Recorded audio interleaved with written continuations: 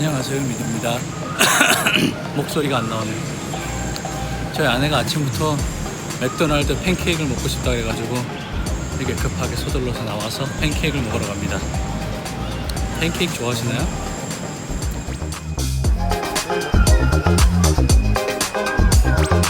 주말이라서 사람이 진짜 많습니다. 여기 대단하네요.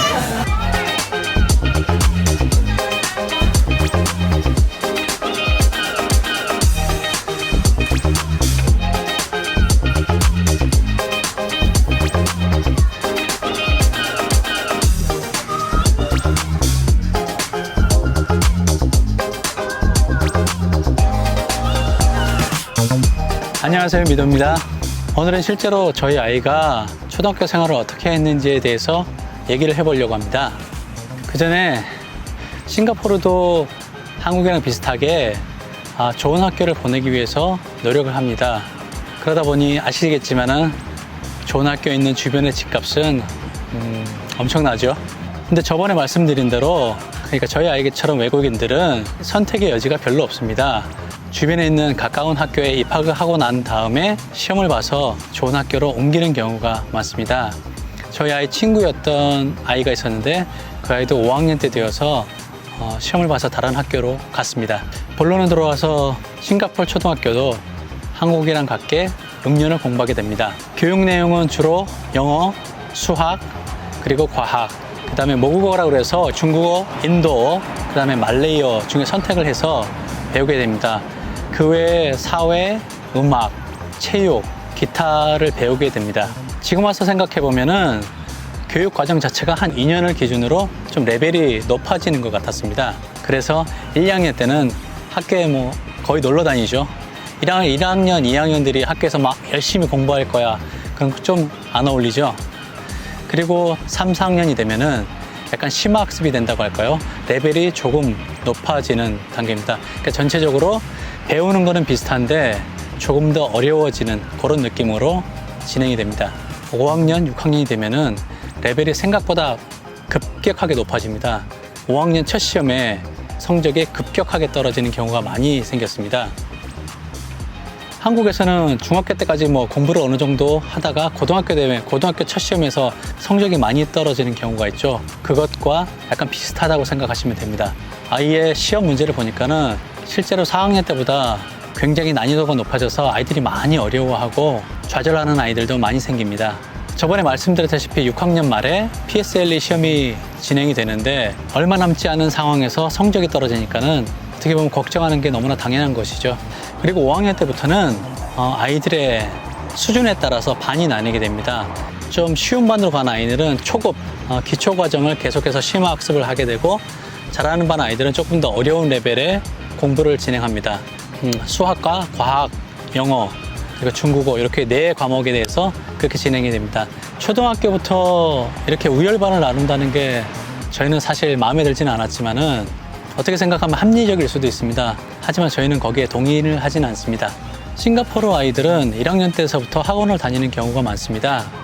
이것도 저번에 한번 말씀드렸었는데 맞벌이 하는 부모 때문에 아이들이 이제 있을 곳이 없어서 하는 경우도 있지만은 1학년 때부터 PSLE 시험을 준비하는 아이들도 많이 있습니다. 그런데 저희 아이는 학원을 다니지 않았습니다. 한국도 똑같겠지만은 학원이란 게 자기 학원의 이제 평가를 위해서 PSLE 시험이 기준이 되는데 그 시험을 잘 봐야지 학원의 평가가 높아져서 더 많은 아이들이 들어오겠죠. 그렇기 때문에 학원에서도 PSLE 시험을 중심으로 공부를 하게 됩니다. 그러다 보면은 잘하는 아이에게 집중적으로 잘하는 아이의 레벨에 맞춰서 공부를 하게 되는데 결국은 이제 성적이 좀 떨어지는 아이들은 그냥 들러리처럼 뒤에 앉아서 시간만 보내고 오는 경우가 많습니다. 그래서 저희 아이는 과감하게 포기를 했습니다. 저희가 이제 집에서 영어, 과학, 수학은 저희가 가르칠 수 있었지만은 중국어는 저희가 가르칠 방법이 없습니다. 중국어는 아이에게 맡겨두었는데 지금 생각해보면은 조금 후회가 됩니다. 이 얘기는 다음 시간에 해보도록 하겠습니다. 이거 폰으로 찍다 보니까는 제가 어디를 봐야 될지 잘 모르겠네요. 저쪽에 좀 더워서 자리를 일단 옮겼습니다. 저희 아이가 입학했던 2012년도에는 아이가 굉장히 많아서 오전반, 오후반으로 나눠서 학교가 진행되었습니다. 그래서 1학년하고 2학년들은 오후반으로 진행되었고 나머지 학년들은 이제 오전반으로 되었습니다.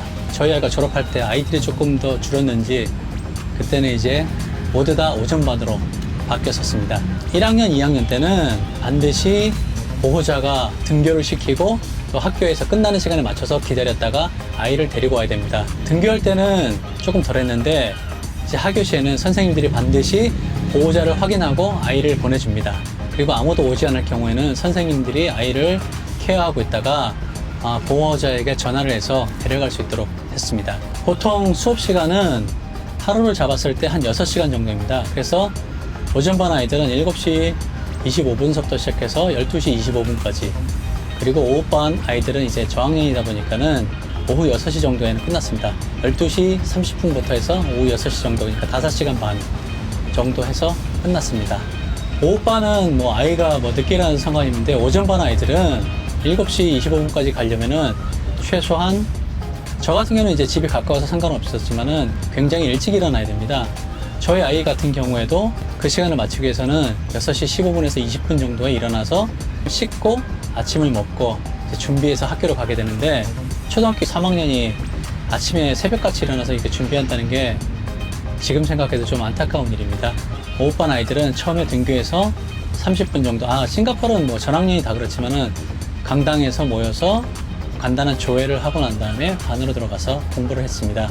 정규 교과목 외에 CCA 활동이 활성화되어 있습니다. 1학년, 2학년 때는 뭐 아이들이 어리기도 하지만은 오후반이어서 대부분 CCA 활동이 오후에 진행되기 때문에 1학년, 2학년 때는 CCA 활동을 하지 않았었습니다. 지금은 1학년, 2학년 아이들에게 CCA 활동이 이런 것이 있다 소개하는 정도로 진행이 된다고 얘기를 들었는데 정확하게 확인을 해보지 못해서 그 부분은 좀 확인이 필요할 것 같습니다. 3학년 때부터 CCA 활동이 이제 진행이 되었고, 체육, 그 다음에 음악 분야, 그리고 유니폼 그룹이라 해서 저희가 뭐 보이스카웃이나 걸스카웃 그런 그룹이 있고 그 외에 다른 여러 가지 그룹들이 있었습니다. CCA 활동은 일주일에 한 번에서 2번 정도 했습니다. 오후에 진행되죠. 저희 아이 같은 경우는 배드민턴을 좋아해서 배드민턴을 신청해서 했었는데 안타깝게도 6학년 때 배드민턴부가 사라졌습니다. 배드민턴 치려고 하는 애가 없어서 정원이 부족해서인지 모르겠지만은 그 외에 기타 간단한 체육 활동에 참여해서 CCA 활동을 진행했었습니다. 숙제는 매일매일 선생님이 내주시는데 보통 이제 선생님이 숙제를 내주시는 기준이 30분에 모든 거를 끝내는 정도, 이걸 기준으로 내주십니다. 하지만 고학년으로 갈수록 내는 숙제의 난이도가 높아져서 어쩔 때는 뭐 자기 전까지 계속 숙제만 하는 경우도 있었습니다.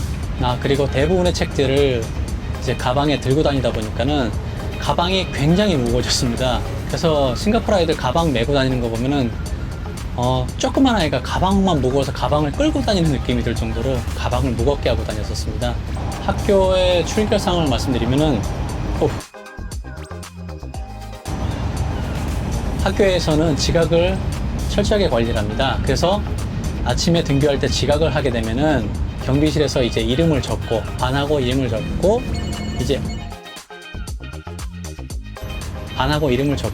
등교를 하게 되었고, 지각이 많아지면은 선생님이 보호자한테 연락해서 아이의 지각이 많은 이유에 대해서 물어보기도 했었습니다.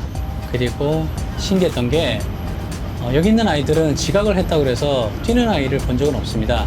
호커센터에서 밥을 먹고 가는 아이들도 있었습니다. 사실 아침에 뭐 좀 늦었다고 서두르고 하는 것은 저희뿐이었습니다. 좀 그게 이상하긴 한데 아이들이 뛰지 말라는 어떤 그런 게 있는 건지는 잘 모르겠는데, 아무튼 대부분의 아이들이 지각을 한다고 해서 뭐 뛰어가거나 그런 부분은 본 적이 없었습니다. 그리고 저희 아이가 이제 5학년이 됐을 무렵에 이제 이름을 적는 게 아니라 지문 인식으로 바꿔서 아침에 등교할 때 지문을 인식해서 찍고 들어가 있기 때문에 출결 상황은 그걸로 다 확인이 되는 거니까는 그다음부터는 이름을 적지는 않았지만은 더 철저하게 관리를 하는 게 되었죠. 결석의 경우에는 반드시 이유가 있었어야 됐습니다. 하지만은 뭐 학교에서 그걸 가지고 특별히 반드시 이렇게 뭐 왜 안 나왔냐 이렇게 따지진 않고 부모님이 거기에 대해서 차근차근 설명할 수 있는 레터를 써주면은 대부분은 뭐 크게 문제가 없었습니다. 하지만 아파서 빠질 경우에는 반드시 병원에 가서 병원에서 써주는 이제 확인서를 받아서 학교에 제출을 해야 됩니다. 조금 덜 아파서 굳이 병원에 갈 건 아니었는데도 그 확인증을 받기 위해서 이제 병원을 가서 이제 약을 타먹는 경우도 생겼죠. 아이가 학교에서 아플 경우가 있죠. 학교에서 아플 경우에는 아이를 이제 가방을 싸게 해서 학교에서 따로 보호를 해줍니다. 그리고 이제 보호자한테 연락해서 아이가 아프니까는 지금 데려가라 이렇게 연락이 옵니다. 그래서 보호자가 당장 갈 수 없는 상황이면 학교에서 선생님들이 케어를 해주다가 부모가 오면은 부모를 확인하고 아이를 보내주게 됩니다. 이상 저희 아이가 학교 생활을 하면서 경험했던 이야기를 간략하게 정리해 보았습니다. 제가 드렸던 말이 전체 학교 생활을 다룬 것은 아니지만은 혹시라도 다음에 더 재밌는 일이 있었던 것들이 기억이 나면은 다시 한번 정리해서 말씀드리도록 하겠습니다. 영상이 좋으셨으면 구독과 좋아요 부탁드리겠습니다. 혹시라도 질문이 있으시면은 댓글로 남겨주시면은 저희가 그 댓글에 아는 법에 대해서 최대한 답을 남겨드리도록 하겠습니다. 시청해 주셔서 감사합니다. 제가 이제 예전에 저희 아이 3학년 때 시간표를 정리해 뒀는데 그걸 함께 보시면서 싱가포르 초등학생들 이렇게 생활하는구나 라는 걸 아셨으면 좋겠습니다. 이게 3학년 때 시간표입니다. 함께 보시죠. 7시 25분에 시작해서 12시 25분에 종료가 됩니다. 중간에 리세스 타임이라고 30분 쉬는 시간이 있는데 이 30분 쉬는 시간을 제외하고는 하루 종일 빡빡하게 일정이 진행됩니다. 일단 월요일만 예를 들어 보면은 MTL이 마더텅인데 저희 아이는 중국어를 배웠었고 영어, 그 다음에 수학, 그 다음에 과학 이렇게 해서 배우게 됩니다. 다른 날도 기본적으로 비슷하게 진행이 되는데 PE, 그러니까 체육, PE나 그 다음에 아트, 뮤직이 있으면은 그나마 아이가 좀 편하게 생각합니다. 시간표는 이렇게 되니까는 혹시라도 궁금하신 분은 참고하시기 바랍니다.